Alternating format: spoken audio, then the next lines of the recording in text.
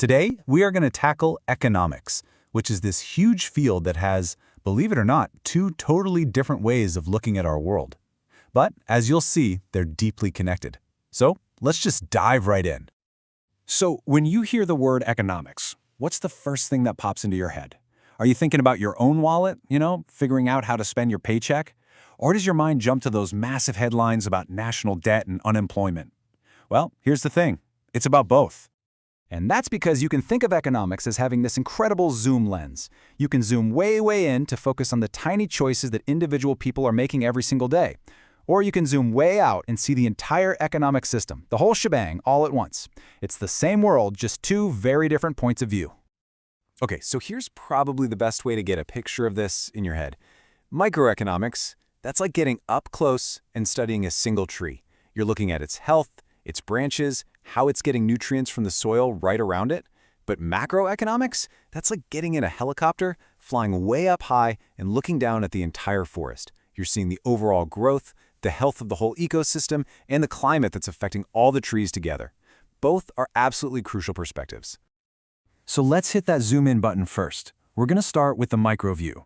And this is the economics of your everyday life. We're talking about the decisions that you, your family, and the businesses you buy from are making, well, every single day. The two words you really want to lock onto here are behavior and decisions. See, microeconomics is all about the why behind what we do with our money. Why does a company price a gadget at exactly that number? Why do you pick one brand of coffee over another? That's all micro. Just think about it like this. You standing in a store weighing the pros and cons of an iPhone versus an Android, that's a microeconomic decision. A car company is sitting down to plan its production schedule for the next year, that's micro too. Even things like how much a software engineer makes compared to a teacher, that falls under microeconomics, because it's all about specific job markets. All right, time to hit the zoom out button. We're pulling back from those individual trees, and we're going to get that bird's eye view of the entire forest. Welcome to the world of macroeconomics. And the definition here is about as straightforward as it gets. Macroeconomics doesn't really care about one specific company or what one person is buying. Nope, it's looking at the sum total, the aggregate of all economic activity.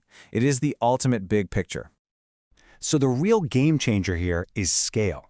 We're not talking about whether one person is out of a job. We're talking about the unemployment rate for the entire country. We're not looking at one factory's output, we're looking at the total production of the entire nation, what you often hear called GDP. And when you see politicians on the news debating a change in income tax, that is a huge macro decision that's going to affect pretty much everyone. Now, it is so important to remember this. These are not two separate economies running side by side. They are just different ways of looking at and analyzing the very same system. What happens on the micro level totally affects the macro level, and you guessed it, what happens on the macro level trickles down to affect the micro level. So, who's actually in this system making all the moves? Who are the decision makers, or as economists like to call them, the economic agents? Well, whether you're looking at the micro or the macro stage, it pretty much boils down to three main groups. Let's break them down real quick. First up, you've got households. Yep, that's you and me. We're the consumers looking for good products at low prices. We're the workers who want a decent salary, and we're the savers who want our money to be safe and hopefully grow a little. Then you've got firms, businesses. They're the ones producing all the stuff we buy, and they employ us. Their main goal? Usually, it's to maximize their profits. And finally, there's the government. They're kind of like the referee, setting the rules, providing public services, and trying to steer the whole economy toward big goals, like making sure as many people as possible have jobs. Okay, now for what I think is the most interesting part. Seeing how these two levels are constantly talking to each other. It's not a one-way street. It is a dynamic, constant feedback loop. Let's look at a couple of examples of how this actually works. So check this out. Let's say one big car company, or maybe even the whole auto industry, decides to scale back production. That's a series of microeconomic decisions made by a few individual firms. But what happens next? Well, when you add up all the layoffs that result from that decision across the country, it starts to push the national unemployment rate up. And that is a macro outcome. And of course, the whole thing flows in the other direction too. Imagine the government passes a new law that lowers income taxes for everybody. That's a massive macro policy decision. So what's the result? Well, individual households, maybe like yours, suddenly have a little more cash in their pockets at the end of the month. And that extra cash might just be the push you need to finally go out and buy that new car you've been wanting. That's a personal microeconomic decision, directly caused by a macroeconomic policy. And that really brings us to this idea, which just nails it.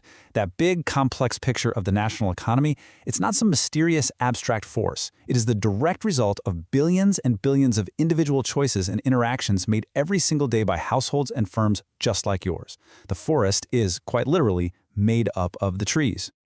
So the next time you decide what to buy or where you're going to work or how you're going to save your money, just remember, your personal microeconomic choice is one tiny but essential piece of a much, much larger macroeconomic story.